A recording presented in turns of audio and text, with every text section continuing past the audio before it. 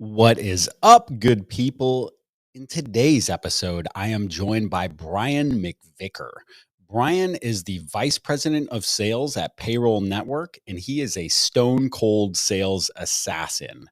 I love this conversation. We got into so many different things, including Brian's 5 Ps for sales success, which I think you're going to really like, along with the lessons learned working for big companies like Paychex and ADP on how you can improve your sales process, your close rate, and ultimately grow your book of business. Whether you're an owner, a sales professional, or just somebody working in operations, you're going to love this episode. We're providing tons of actionable intel on how to be a better sales organization, and that trees into implementation as well. So without further ado, join me in welcoming Mr. Brian McVicker.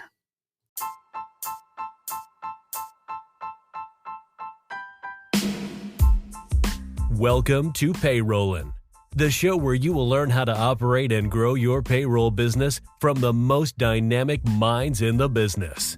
If your company offers payroll services, this is the podcast for you. And now, here's your host, Matt Vady. Let's go.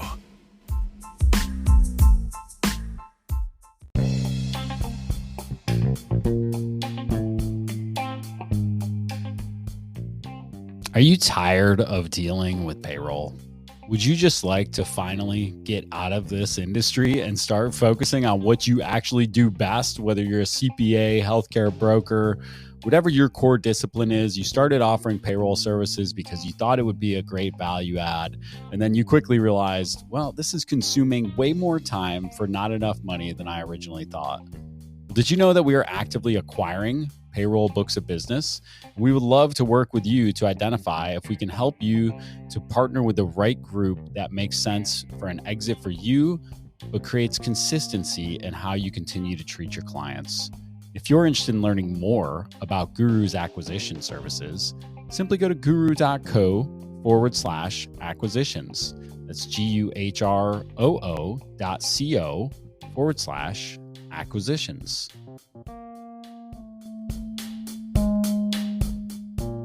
I jumped the gun there a little bit.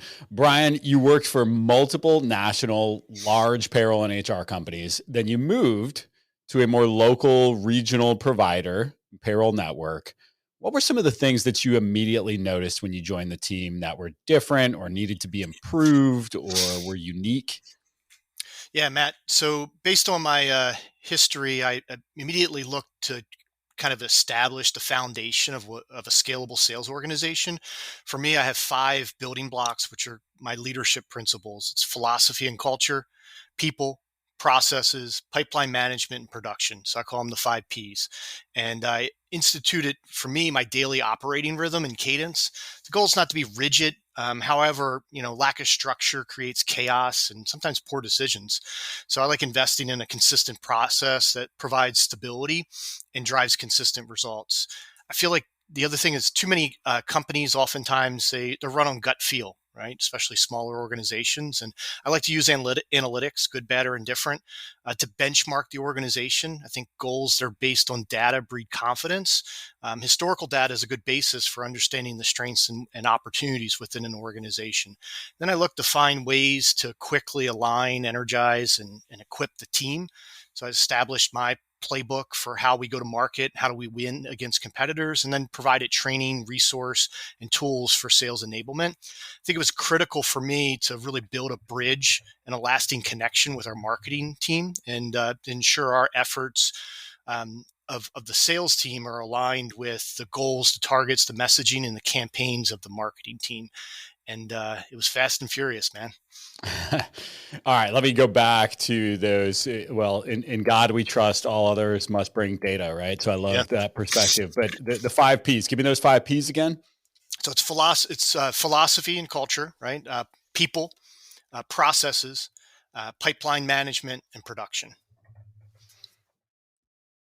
All right, I think a lot of those make sense to me. What's the last one? What's production?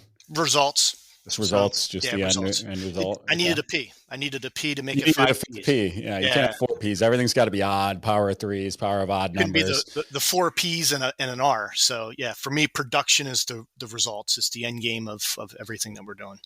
That's a weird little thing, and I don't know the logic behind it, but apparently it seems to be tested, tried and true for those of you listening out there of like, you'll never see a listicle that's like the 4 reasons why you should do XYZ. It's always going to be 3 or 5. There's something about odd numbers that data must prove that they drive more clicks, more results, more intrigue, more interest. So just remember that next time you're getting ready to put together your list of the 6 reasons why somebody should do something, make it 7.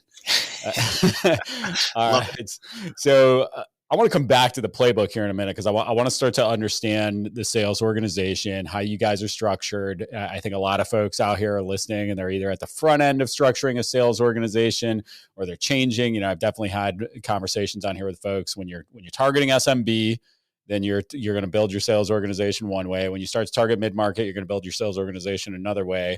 And we'll talk about that in just a second. But like, what are some of those things that as I'm starting to build out my sales force before I have, how many folks are in your sales organization right now?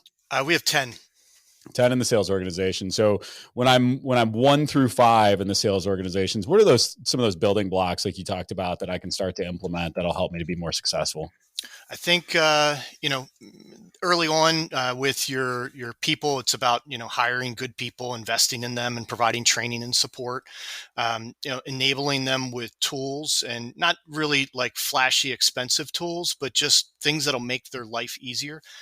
I'm a big proponent that in sales, the hardest part of the job is to get someone to pick up the phone or get out of their car, right? So anything I can do as a leader to enable someone to make it easier for them to pick up the phone, I win. Because I know from an analytic basis, like the more opportunities you have, the more likely you are to close, the more calls you make, activity breeds results at the end of the day. And no one ever wants to go into a situation as a seller where they're, forced to just do nonsensical activity just to do activity. I want to focus on the variables that affect production, eliminate any of the distortion that is in a seller's day-to-day life. And then ultimately that breeds some structure and a cadence that they're accustomed to. It takes time because at the end of the day, they have to see success, right? So no one will invest in tools, technology, and a process unless they see success. So it's about investing in that, show them that there's a better or an easier way. I think for me, that's what my playbook is about, is trying to find ways to help sellers, enable them to make more calls, more efficient calls, have a more compelling message. So they ultimately do what they want to do, which is close more business and take the easy route, right? I have never seen a rep that followed the playbook, that did the right activities the right way and missed their quota by a lot. I have seen a lot of reps who have claimed to do those things. However, when you start to peel back the covers, you realize, oh, well, you say you made 50 calls yesterday, but that doesn't jive with what you actually put in the CRM, which is very different. And as painful as that is, to your point of like, trying to be a CRM, keeping reps in the CRM for everything they do is a total pain sometimes, depending on how you link things up to it, which I like to dig into your tools here in just a moment. But once again, activity breeds results. And I always found it, and you've kind of got that big background from the large national companies. There's a playbook that billions of dollars have been spent to create, and you're going to think you know better than the playbook, right? Like that always drove me crazy. And so while we don't all have the budget to build out billion-dollar playbooks, there are certainly a lot of elements out there for us to find. Success leaves clues, as they say. Let's start with your tools. What do you guys have? What's in your toolkit? What's in your tech stack on the sales side?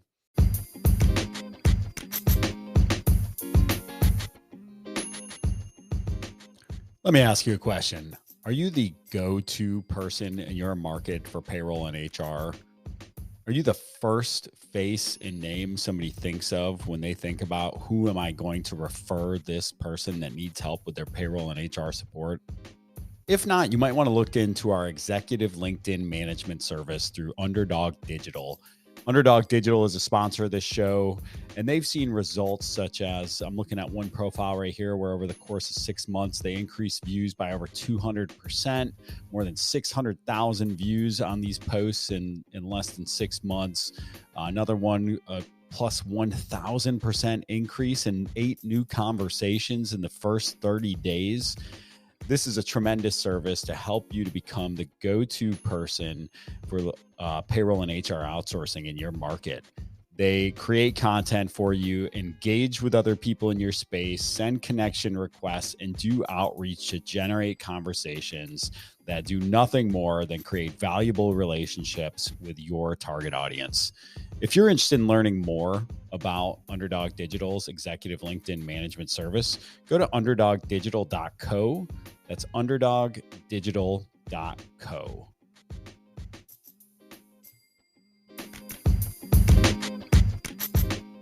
So we invested in HubSpot for our CRM. And for me, I've always trained for, prior to coming here, I had only used Salesforce at both of the companies that I was in this space. And I used Salesforce and then a lot of like personal ingenuity to make it work for me to stay organized. And so when we started looking at HubSpot, I saw the sales automation tools, and I was a big believer in sales automation.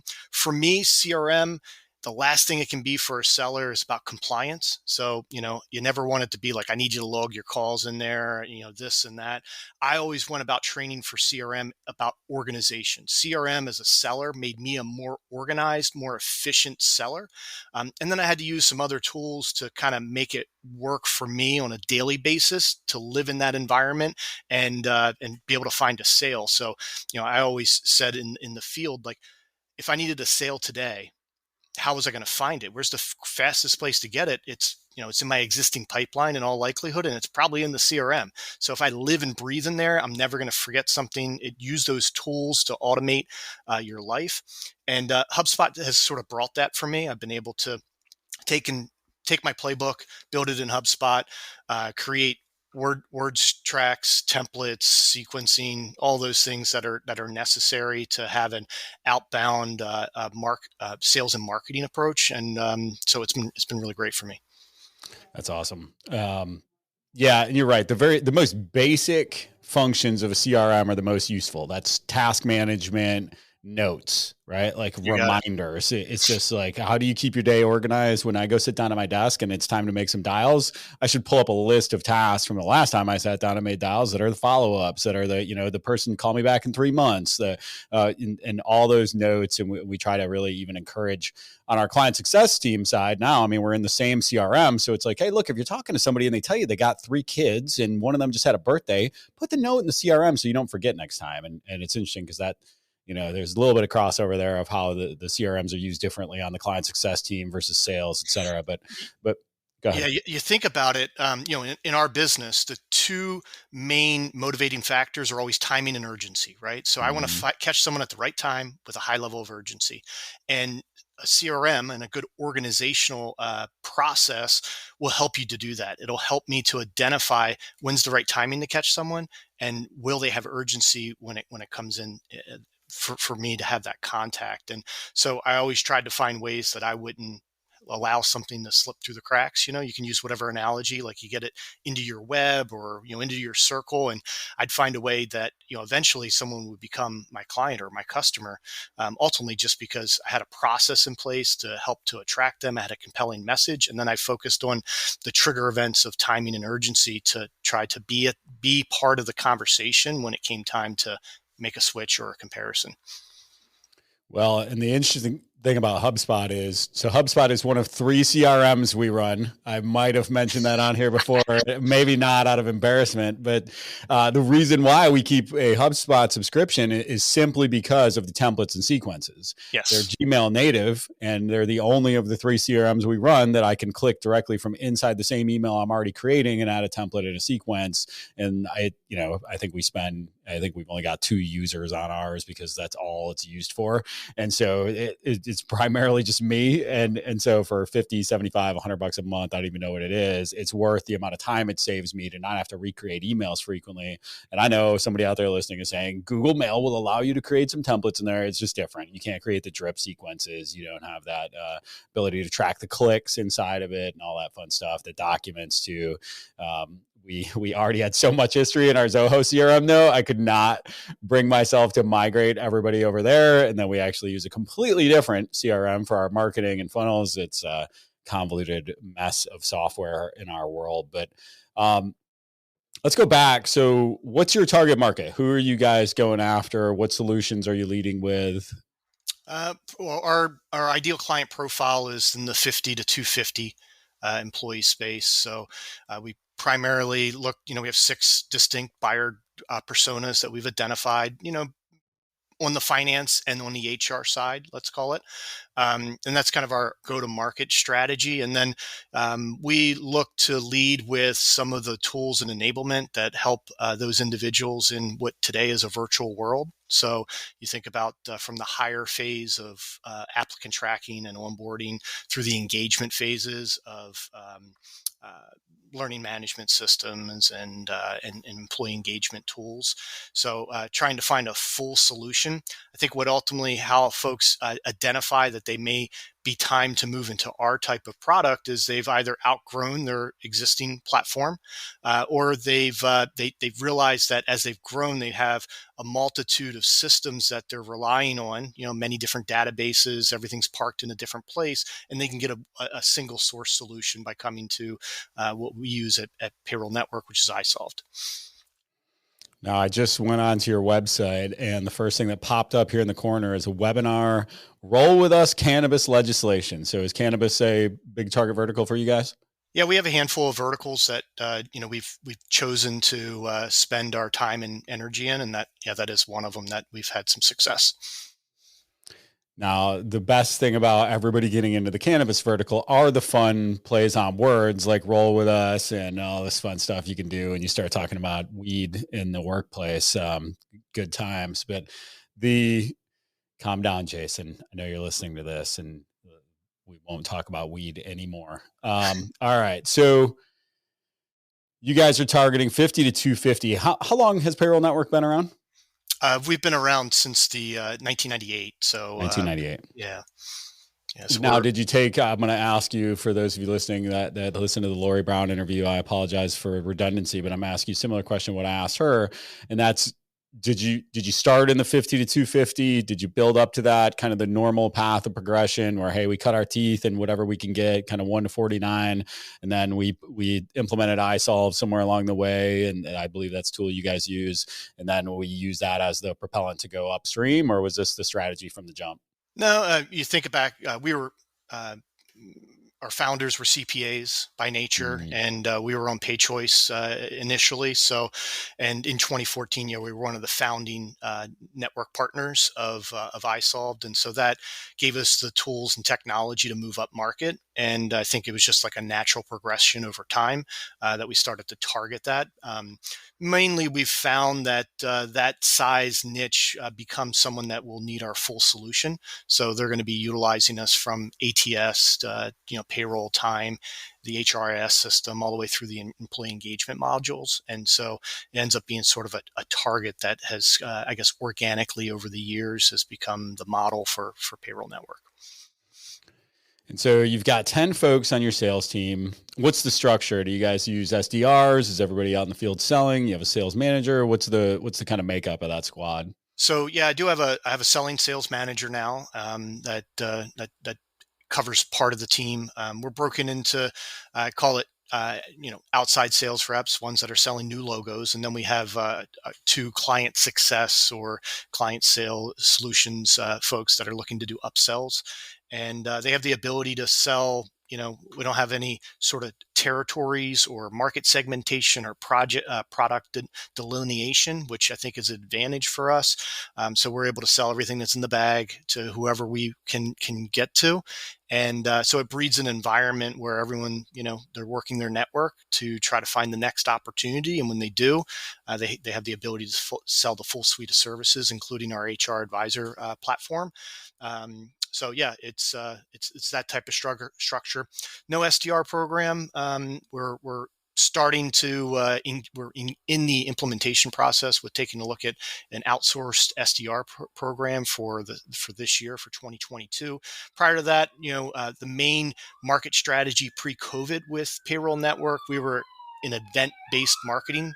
And so we did a lot of networking and events, and obviously those dried up during COVID, right? And we did not find that we were as successful with the virtual events. And so we pivoted around the time that I got here to more of a um, um, we pivot our marketing efforts to more uh, to a cadence that involved us being, a market-based system. So we email generation and try to generate interest to come to our website, and educational purposes, webinars that we put on, and that's to help us to drive leads to the Payroll Network crew.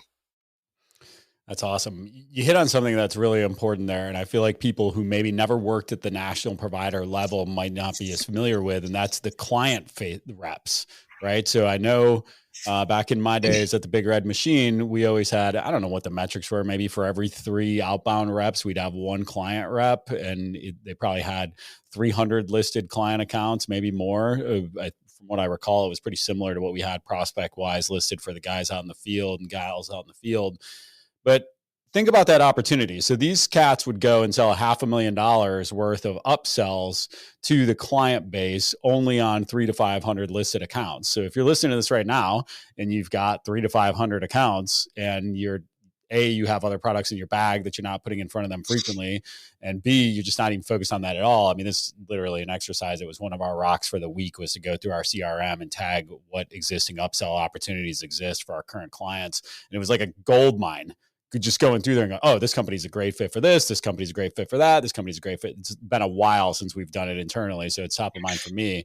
But talk a little bit about how those client success reps stay top of mind, and how they nurture the existing client base to upsell them. So it's interesting. Your numbers are on point. So I do have a client success guy that, he's sold 500,000 in the last 12 months, and he has in that 300 to 500 named accounts. And what we've done is we've found that many of our clients, we have a 94% retention rate. We have many clients that have been with us for many years, and they've scaled and grown over the years. And they may have initially come to us for pretty basic needs, payroll, taxes, and direct deposit, right? And now that they've grown the organization, and especially during COVID, they've moved into virtual environments, and they need assistance with some of those other tools and technology. So we've been able to go in and do a full analysis of where they currently may be, and look to initiate, an upsells, electronic onboarding, an ATS system, engagement modules, whatever it might be, benefit administration, time and attendance, all of these things, so that they can help to scale and continue to grow in this type of environment. And then the other half of that would be HR advisor. So we do have a platform where we provide some HR assistance for our clients. It's been wildly popular. You think about more has changed in the last 2 years as it is for HR and compliance than probably in the last 10 years. And people are having difficulty staying on top of that. Many companies now have gone to a virtual world where they're hiring remote employees in multiple states. And there's just a lot of challenges that come, and there's exposure and risk for business owners. And so we've been able to add some of those advisory services to our platform. And that's worked out really well for us. That's awesome. And one of the things I keep seeing, so we offer a white label, we white label our software too. So we built our own HR and timekeeping platform. We integrated with somebody else's payroll. We white label it to the other people who are on the same payroll platform as us. And too often I see a lot of folks coming to us when they've got 20, 30, 40 payroll clients, and they're like, yeah, we want to start selling HR, timekeeping, background check. They just start going through the laundry list of all the stuff that we all sell. And for me, that was one of our biggest mistakes early on, was that we just went way too wide, way too early. And so if you're listening to this right now and you're going, yeah, what would I even upsell my clients? Don't worry about it. Get 300 to 500 payroll clients on there first, or whatever your core offering is that you're really comfortable. Then look at, how do I turn this on its side now, and look at all these upsell opportunities. Because in the early days, those first 50, 100, 75 accounts, it's just distracting. more than anything. And it takes your client support people, if there are any at that stage, are going to get overwhelmed with the amount of different things they have to support, because you're not going to have a specialist for each one.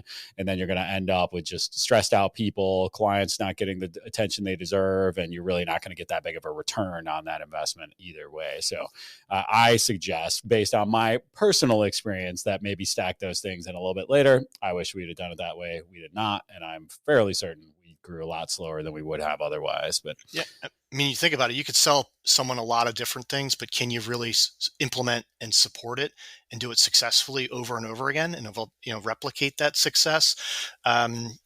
Maybe, maybe not. And it takes some time to really get good at what you're doing. You don't just come out, and all of a sudden you're an NBA player. You start with the fundamentals, right? And then you start expanding upon those fundamentals over time.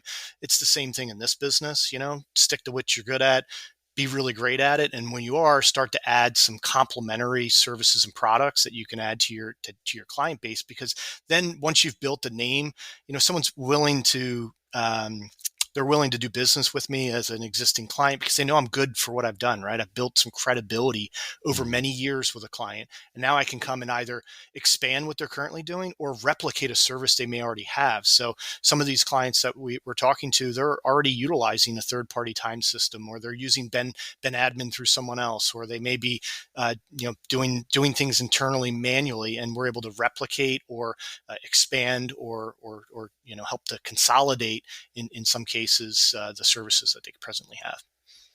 Yeah, and that's great. It sounds like you guys have a similar mentality. We like to say all the time, meet people at their point of need. Yeah. Like, don't be the person who's trying to, I'm a hammer, everything looks like a nail. I've got to sell you the full suite or nothing at all. It's like, if they've got a great timekeeping system and it's working really well, leave it alone, man. Just sell them the payroll or whatever they're actually talking to you about, and move on. It's too often I especially, we do a PEO and ASO side of our business. I used to work with the PEO and ASO folks back in the national environment. And it's like, dude, they just could not walk out a door without trying to beat somebody to death with the fact that they needed a PEO, even if it was violently clear they did not need a PEO. They just would not let it go. And it's like, man, just your pipeline will thank you for keeping it clean with those people that you're trying to drag through a sales process. Right. Absolutely. So tell me a little bit more about your background. So I know you started, you cut your teeth back in the day at Paychex, had some experience prior to that, but share with us a little bit about kind of where you came from before you went to Payroll Network. Yeah. So out of college, I worked for Enterprise Rent-A-Car. I worked there for 14 years. I spent 10 years there as an area manager, where I was responsible for sales, operations, all the HR functions for an area. I found success, growing markets, driving revenue, and developing future leaders for that organization. In 2012, it's when I made the move into the payroll and HCM space, and I went to Paychex. And I spent the first 2 years at Paychex as a field sales leader, and I moved into the field in what I called my three-sided carpeted cube. Picked up a bag, and I sold in their SMB division, and I did well there for 5 years. I was the top rep in the Mid-Atlantic, became the first rep in the region to reach ICE, which is the top 1% annually. And so I did that. And then in 2019, I was tasked with an opportunity. I moved over to Benefit Mall. It was a pioneering opportunity to relaunch the Mid-Atlantic market. So they gave me the opportunity to sort of build from the ground up. So all those things is my time when I was in my cube saying, hey, if I was in leadership, here's how I would do it. Here's the things that I would do differently. Here's how I was able to implement those with my team. So I hired a team, quickly scaled, and 9 months later, they promoted me to the regional vice president for the Southeast, which was basically the East Coast, from New Jersey down to Florida. Unfortunately, in 2020, Benefit Mall decided to exit the payroll industry, and they ended up coming to an agreement to transition their clients over to ADP, and that put me out in the world looking for an opportunity in the middle of the pandemic. So it was an interesting situation, but I was looking for a company which afforded me an opportunity to sort of scale a sales organization that I could really grow with. And I was intrigued by Payroll Network because of their culture and their history of success. They have a really great support and implementation team. They're outstanding. And it enables us as sellers and as a sales force to go out and represent. You have great sales support and implementation, and then you have industry leading technology. And so I think that's really what kind of differentiates us in the marketplace, is that, we focus on providing that local, regional, outstanding service, but it's also, we implement support and service clients on great technology that help business owners and mid-sized businesses with the challenges they have daily in this virtual work environment.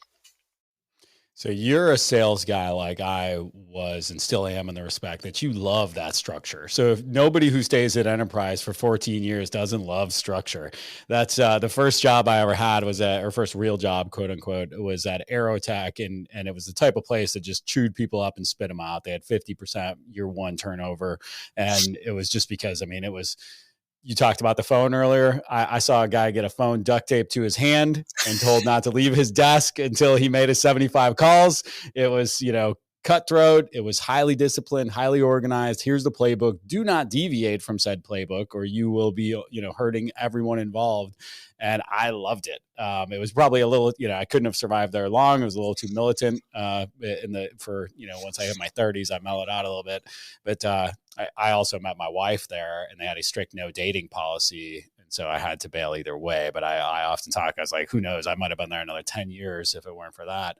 And same thing at the Big Red Machine. I love the structure. I love the fact that I got a playbook. I love that I can structure my week. It's very predictable how your processes are going to go if you do the same things, the right things over and over again. Which brings me back to that playbook a little bit. So I have a sense, just getting to know our audience better over the last year here, that many of them are in the earlier stages of building out the sales team, the sales machine. What are the fundamental, version 1 elements of the playbook to get you up and off the ground when you're going to start making those initial sales hires? So for me, I am a believer of having a standard operating procedure, but I'm also someone that likes to, color outside the lines. I try to find myself innovative. And if I find other good ideas, I'm not militaristic where it's my way or the highway. So if someone has a better idea, a way to change or challenge me, I'm open to implementing them. And what I found for me, maybe you'll find this surprising, but I have 5 seller principles, and they're 5 P's, just like it is. And so for me, it's prospecting, it's presenting, it's partnership, pipeline management, and then paperwork or the close, right? So those are the 5 things that I focus on for sellers in my playbook, is ensuring that they're very strong in those 5 elements and those 5 elements. And then, those are also, when I look at it, determine what really generates revenue. And so focus and identify the revenue generating activities, try to eliminate as much distortion as possible. And then in those revenue generating activities, determine what are the challenges and try to isolate the variable to ultimately, improve your success in it. So those are the 5 things: prospecting, presenting, partnership, pipeline management, and then paperwork or closing. Needed that 5P in there. Gotta get the 5 P's going, baby. All right. So prospecting, what's your guy? And actually let's touch on that event-based marketing for a minute. So were you guys hosting events or just attending a lot of events? Attending a lot of networking events. Were part of the strategy or the structure here at Payroll Network, and prior to the pandemic. And now, keep in mind, I came here during the pandemic, so this was after that was changing. And we determined that probably isn't going to work for us long term. We need to change our strategy, and we decided that that strategy was going to be invested in the marketing side of the house to drive leads and viewership to our actual website, drive people into our webinars that we were hosting, and ultimately becoming leads. That top of funnel activity, prospecting. So is that, in your world, does that mostly consist of the sort of traditional, I call it traditional at this stage of the game, 2022, but the online research, phone calls, the profiling calls, this is the call for those of you out there, a profiling call, picking up the phone purely just to get intel, right? So I'm picking up the phone, I'm calling into an organization just to confirm number of employees, who the decision maker is, try to get that email address, try to get the current provider, try to get the frequency, like the basic stuff. I think we've got a golden circle somewhere of whatever those 6 data points are that we're trying to get on a profiling call. Then phone, email, online, LinkedIn obviously is huge right now. What else are you guys doing from a prospecting to try to find those new prospects? Or is it mostly, hey, I've got those 300 accounts and I'm just trying to scrub that and keep it and get in front of them and stay as up to date on what's going on over there? I think it is about targeting accounts, right? And establishing a certain cadence to ensure that you are making the touch points that are necessary to get someone into your sales funnel. I'm a big believer in that you need to build familiarity, right? You need 9 touches in order for someone to have enough familiarity that they're going to accept the first appointment with you. And so I used that when I was a seller to continue to have an ongoing pipeline by profiling accounts, and based on that profile, determine when would be the best possible chance for me to identify an opportunity to get them in into my cadence and ultimately into a sales process so that I can convert them at the right time. So if you think back, rewind, when I was in the field, I was looking to convert, competitive users to start with me on the quarter, or maybe I was looking to get in-house and QuickBooks users to start with me at the end of the quarter so we can file their quarterly return. So I came with a cadence of when was I going to do the phone call? When was I going to do the initial presentation and the demonstration so I could ultimately close them and have them start in a period of time that worked for them? And then you throw it all against the wall when you get into year end, right? So once you get to the end, everyone becomes a prospect of me. But what it enabled me to do by having those quarterly touches is that I would touch someone 4 times a year through each one of those quarters. And every time at the end of the year, when it's like, it's either now or never, like, if now's not a good time, then when, right? That's one of the profiling questions that I might ask someone, because they're always going to tell me no. I get them on the phone. It's a easy conversation. Hey, Matt, are you still with Paychex or ADP? And they're like, I'm with Paychex. Great. How's that going? And you get some conversation going with someone, and they're immediately like, we're not going to switch, right? And say, I'm not asking you to make a switch. I'm just asking you to make a comparison. When's the last time you compared?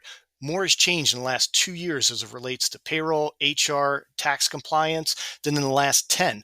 Wouldn't it make sense to just take a peek? Let's take a peek and see if we can make sense. If it does, then great.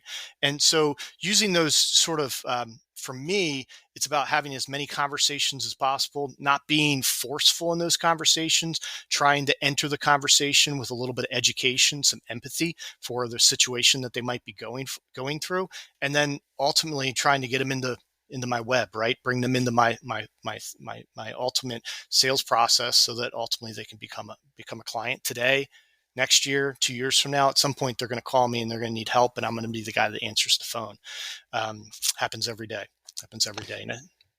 Yeah, my old boss used to say, right now, somebody in your territory is making a decision to change providers. It is your job every day to go find them. Yep. And I would set more appointments off those profiling calls because they're such less aggressive, I guess, for lack of a better term, and that you're just calling, to your point, I'm just calling asking for information.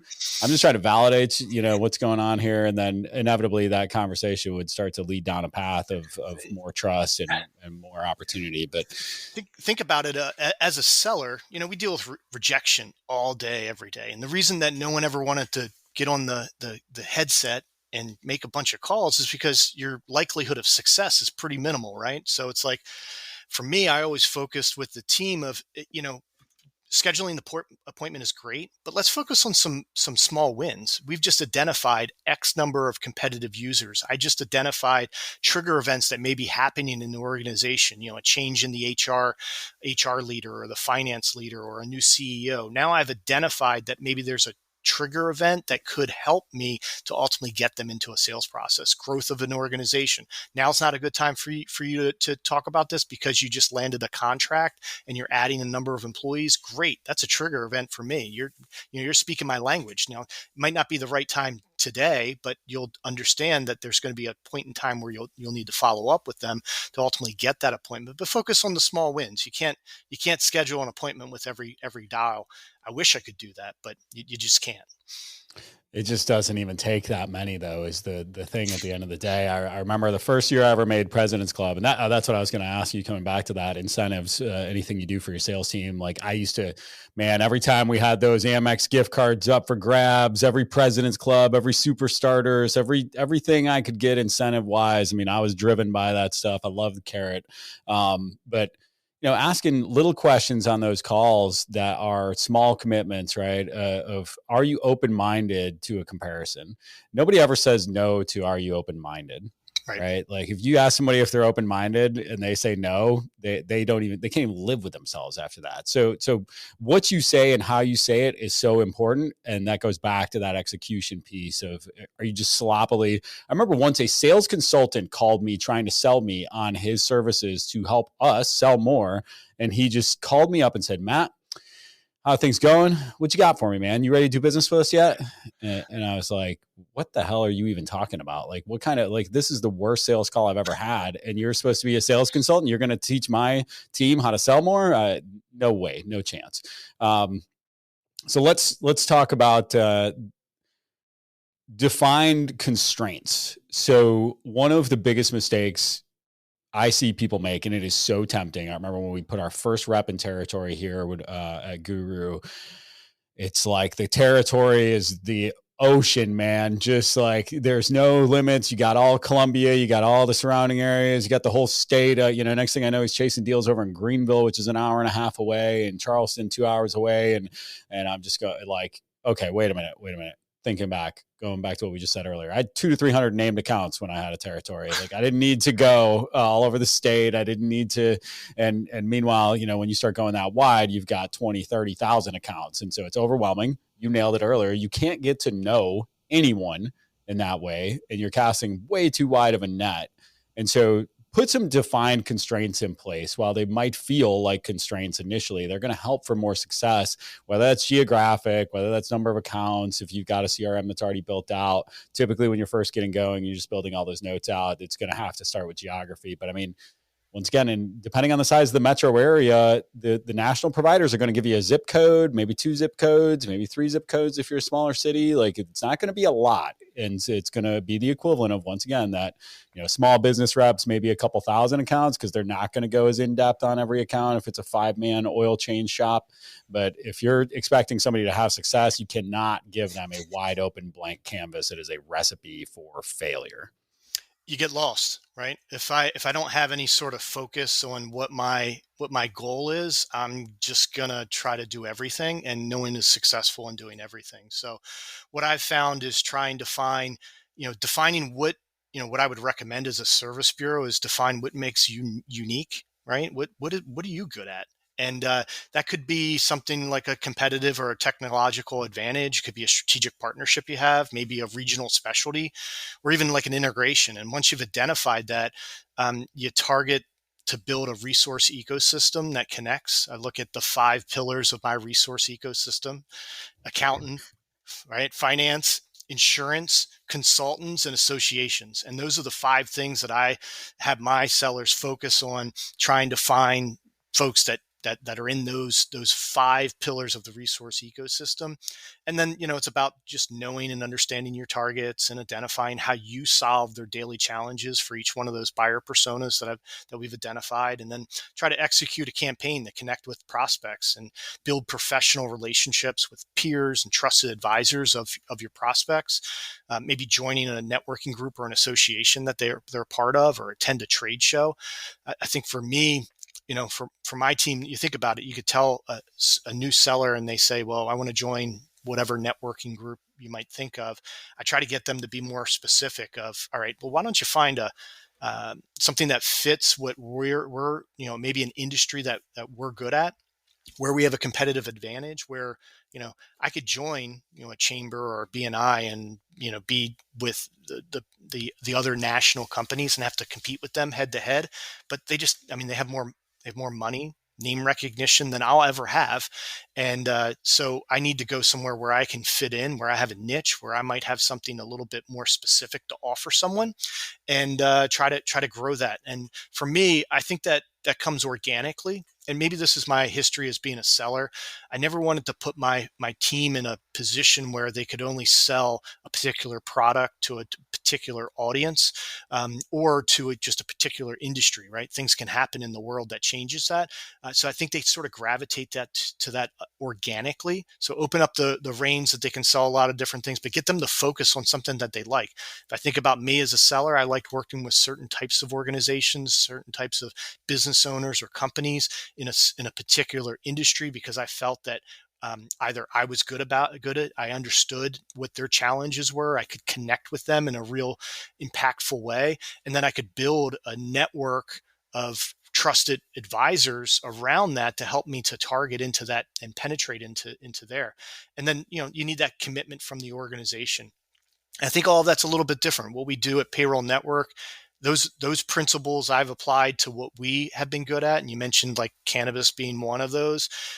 That's just organically came out of the fact that we added a client in that industry through a networking group, and we saw how we could help them and how they grew and how our products and services were able to help them on a day-to-day basis. You probably have the same thing in your world where a particular industry you're good at and you're the best. You can beat, head to head any other competitor because you have some intel, some understanding, some trusted advisors that also work in that, and they can help direct you to sort of find that niche, that area that you can be successful, where you can grow and scale your company because you are focused, because you are good, and because you are efficient, and you get the economies of scale. Yeah, back when I was selling, I would, and still to this day, if I'm going to call somebody, I use the same technique. Social proof is everything. I would always have a spreadsheet where I'd have 3 restaurants, 3 hotels, 3, whatever it was. I'd have three of those client names that I could just drop in my talk track and casually mention as folks that we serve that they're going to know, right? Brand names that they're going to know. If you're picking up the phone and making dials or going to an association where you don't have any existing, clients, that's going to be a struggle. Now, if you're just getting started, you got to start somewhere, totally the route to go, but you nailed it. If we start to peel this thing back, for every industry, there is just a whole sub-cottage industry around that industry. So if you go, as an example, to the big dental conference over here in Atlanta, Georgia, a couple hours up the road from us, I can't remember what it's called, but we went out there when we first getting started. And every vendor there is specifically focused on the dental industry. So now you've got partners, whether those are accountants, whether those are marketing companies, whether those are brokers, whatever it might be, they're all focused on dental practices. You can refer each other. You can create this great network. We're going to get more into the niches thing here in a minute. I don't want to tease that too much, but the other thing I just go back to, I had put a note here of those 6 buyer personas. Man, a buyer persona does not take long to put together, but how powerful is it when you just got the battle card to pick up and go, all right, I'm calling Brian. He's a VP of sales. Here are the things that VPs of sales care about. Here's the language I should be talking. Here's, some information about them. It just makes it so much easier to get up to speed for your team and for you to keep it top of mind. Once again, if I'm going to pull that buyer persona out, then I've got 4 companies that are in the same industry. Like, I'm an expert before I even pick up the phone or go to that event right out of the gate with just those handful of tools. Yep. And what I've done is, I think, like, if I think back to some of the challenges that sellers have in the field is connecting training to the actual application. So I myself would sit through a sales meeting for an hour and we do a product demonstration of a product, and no one ever really, that's where it ended, right? That's the training's over. Now I know about a product. Does that really get me anything? Is that revenue generating for me? So what I focus on with my team is 3 main things as it relates with training: awareness, words, and action. And through those buyer personas is I look to take the buyer persona and then find out, how does that product that we trained on, how does that affect their day-to-day challenges, the challenges of an HR leader or the challenges of the payroll functionary or whoever it might be, right? And then that helps me to craft my message. And so by doing the training, we give the product knowledge, then we help to understand what are the challenges that are happening. And then both my team and the marketing team can use that when we start to identify and target those buyer personas to have a compelling message that speaks directly to them. Just like you mentioned earlier, that you were being prospected and someone was calling you without a compelling message because they didn't know what your day-to-day challenges are as a business owner. If I understand what your day-to-day challenges are, and now I can tell you how I'm able to solve that need with a particular product or services, and then I can also provide them some sort of understanding of others in the marketplace in which I also do business with. So now I have, the social proof, as you called it, to determine, why they should be doing business with me. Then all of a sudden now I have someone that I think I should get as a client. Man, I could talk about this all day. It's my former and current world a little bit less. Unfortunately, I have to deal with operations now too. But So let's talk about that. So I don't think I've mentioned this on the podcast before. We're recording this on February 10th. I'll probably drop it next week after. We are doing a live episode of Payrolling at the IPPA conference next month, where you and I and two others, Sonia and Lucy, right? Lucy. Yep. Okay. And I'll let you share a little bit more about them, but because I don't know either one of them that well. So but we're doing a live episode of Payrolling where I'm going to be interviewing the three of you about a theme that is near and dear to my heart. If anybody's ever listened to another episode of this, they've heard me talk about niches a million times over. The riches are in the niches. I think we're going with an 80s song themes. Eye of the Tiger we went with. If you're going, make sure you dress up for the prom or Lori will be very mad at you. But so really excited about the IPPA event next month. And no, we are not sponsored by IPPA and I have no affiliation with them, but I do love giving them free commercials just about every program because they've been so impactful to our business and they've created such a strong network. I wouldn't know great people like Brian. I wouldn't know great people like so many of the people you've heard me interview over the last, 25 episodes. And so what do you hope people leave that session with from the IPPA event? And just further context, so we'll have the other two are marketing. Brian and I are more sales background. I tend to be a little bit more split between sales and marketing. But from the sales side, what do you hope people leave that session with? So first off, I'd say, by nature, I'm a collaborator, right? So I love to gain and share knowledge from my colleagues. I'm hopeful that my story and my experience will help others succeed, but also that I can take something from them. I've always said, you can't emulate what I do, but if you can take a little bit of what I do that might be a little bit different and then do what you do really well, 25% more, then you're going to have success. Right. Mm-hmm. So I think that's part of it. And then I think as I mentioned before about, getting into a niche or an industry or a vertical, however you want to call it, it's about doing what's good for you and your service bureau, what makes you unique, what makes you successful, and then sort of double downing on that, really get in there and, understand that you have something that someone else doesn't. I don't want to spread myself thin against the national companies because they're good at everything, right? I can always get beat for whatever reason. Especially if it comes down to, I want a number of recommendations or referral or testimonials. And so if I can sort of build something around there and, you always say, who's your best salesperson? My best salesperson is always my client, right? So if I can get a client to talk to someone else and tell them how great I am, that's my best salesperson. I just go in and close the business. And you mentioned earlier about dental practices, right? That was something I focused on when I was a seller, was dental practices. And reason was because I could go in, I had a couple of relationships that would get me dental practices, and I'd go to the dentist, and after I did really well for them, I could come back and say, well, what periodontist do you work with? What orthodontist do you work with? Tell me about the vendors that you associated with. Tell me about other colleagues you might have. Now I'm able to expand that network from just one client, right? Because I'm focused on them and I know the right questions to ask. Who do they network with? What business and organizations are they part of? It's just it's an ever expanding. You could go for as long as you want in something like that, and it just continues to connect. You want to connect the dots, one to the next one, you get the yes chain going, and now you have a group of clients in that particular market.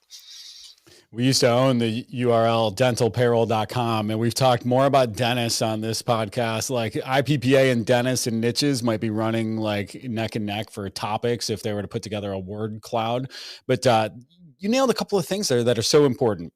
When you're first getting going, especially whether you're a rep, whether you're just growing your sales organization, whether you're just starting your business, like the defined constraints that we talked about are actually your biggest competitive advantage. You just nailed it, where it's like, okay, look, if I just decide that for the next 12 months, 18 months, 24 months, I'm going to focus on this industry and these ways of just getting as deep as I can into that. So you just nailed it, man. I get to know all the different vendors in the dental space. I'm talking to the Henry Schein rep. I'm talking to the accountants. I'm talking to the dentists. All talk to each other. If you're prompting them, they all love to communicate over text message too, which means you have even greater access to them. Hard to get in, but awesome access once you have it. But those are the types of things, like what are their challenges once you go back behind into the office and you just look at the industry from a completely different perspective. And I even go back to, once again, the old days, if you will, carrying a bag. I called on restaurants all the time because I used to work in restaurants growing up, and I just knew, I knew what the back of the house looked like. I knew what the operations looked like. I used to read the P&Ls. I was general manager. I could talk the talk. I know that they're going to beat me up over my pricing, and then they're going to argue with the guy from Cisco over the cost of a head of lettuce as soon as I walk out. It's just like, the industry and you know how to talk them off the ladder. And that was always the fun thing, is like, well, you guys are too expensive. Well, let me look at your menu. Are you guys the cheapest restaurant in town?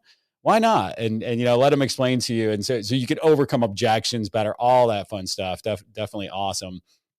So I'm interested, and you guys only have, so you're broad. You're like, it sounds like you kind of toe this line very carefully of like, you like the niches, you like being focused, but also you don't want to pigeonhole anybody and say, hey, you're our CPA only rep. Which, for the record, y'all listening, 1 + 1 = 3. Once again, if you've got limited sales force, limited time, limited accessibility, spend your time focused on partners, not going direct. Like, you'll get a lot more bang for your buck talking to 5, 10 CPAs a week than trying to make 25, 30 prospect calls, if that's all the bandwidth you have for.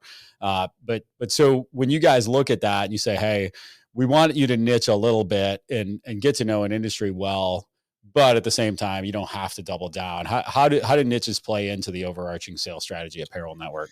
So for us, as I mentioned before, we transitioned from that event-based marketing to a content-based marketing program. And so Lucy's the VP of marketing here, and she's my partner in crime. And so when we decide that we're going to focus a campaign, whether that is industry specific or product based, we come together and we really help to understand whether that product or within that industry, everything and anything we can. Who are the players? Who do we need to talk about? What's their challenges that they have? How do they fit within our buyer personas? Do they fit within our ideal client profile? Will they buy what we're looking to sell? And then we build a compelling message. And so the marketing team will build their side of their strategy, which is, competitive message, landing pages, website access, videos, content, blogs, whatever, all the things that anyone can do from a marketing campaign. And then my role as the sales leader is to train, equip, align the sales team so that they're ready to handle the incoming traffic that we may have, and then help them to close some business. And so by doing those sort of campaigns, and I think people naturally start to gravitate. You have success in a certain industry, you have experience, you've worked in that before, you start to gravitate toward it, and you start to build your own resource ecosystem. You start to join associations, networking groups that are related to that particular area, whatever it might be. And that starts to expand your network and help you to be a much more focused and singular, successful individual contributor. Yeah, and you hit a really great point there. And the thing I'm most excited about for the session of IPPA is that we're going to have that balance of marketing and sales, and they're going to create that messaging. They're going to tune up that buyer persona. They're going to get, one part emotion, one part philosophical, one part data driven. They're going to give us the tools, the keys, the message to open up the doors. And then, sometimes we're the blunt force object to make those things occur on the sales side. And that's always where I excel, is less on wisdom and more on blunt force. But so I'm really excited to get the unique perspectives. It's going to be an awesome session. I'm super excited about it. Let's finish up here. What's one piece of wisdom, knowledge, intel you'd like to leave the good folks with out there today? And then how can they find you if people want to connect after this conversation? Sure. Well, I'm Brian McVicker, with Payroll Network. So you can connect with me on LinkedIn. That's my main, that's my storefront. So you can find me on there, and you'll learn a little bit about me and how I might be able to continue to collaborate with you. Like I mentioned, I love to learn about what people are doing, what they have success with, share some knowledge, competitive intel, challenges. We're all in this sort of together, up against what we can do. And then, yeah. So awesome. And we'll link out to that. And I really appreciate you taking the time today, man. This was an awesome conversation, and we'll see you in a couple of weeks. All right. Thanks, Matt. Thanks. If you enjoyed that episode, please share it with someone else you know who might enjoy it and learn from this. And also, please rate us 5 stars on your favorite podcast player. We really appreciate you taking the time to listen. And also, don't hesitate to reach out with other topics you'd like to hear more about. Thanks so much. Let's face it, you're only going to get so far by knocking on doors, calling on CPAs, and bouncing off of your referral network over and over again. At some point, you have to become a marketer and you have to get better at sales. And that's why we created the Guru Growth Package. The Guru Growth Package includes all of our best practices where we actually do your SEO on your website and create inbound funnels so that you can get more inbound leads, while also lending you all of our outbound campaigns that we use to nurture new prospects and find new clients. You get full access to our CRM and all of those campaigns and funnels built for you, all for one flat monthly fee. We try to increase your inbound while we also give you the tools to perform outbound. So if you're looking for an off-the-shelf solution to cure your sales and marketing needs, simply go to guru.co/marketing. That's GUHROO.co/marketing.